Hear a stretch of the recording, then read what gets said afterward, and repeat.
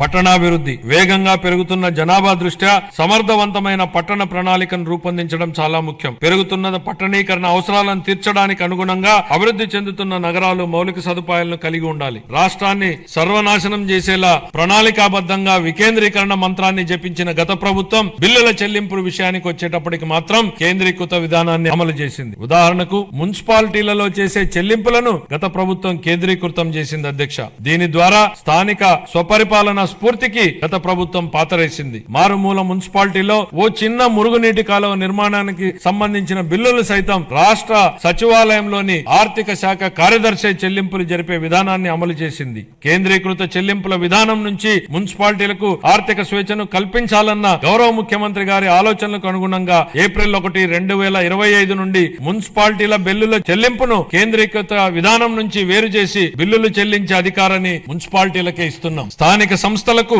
ఆర్థిక స్వేచ్ఛను కల్పించడం, వాటి పనితీరు మెరుగుపరచడానికి ఇదొక విప్లవాత్మక నిర్ణయం.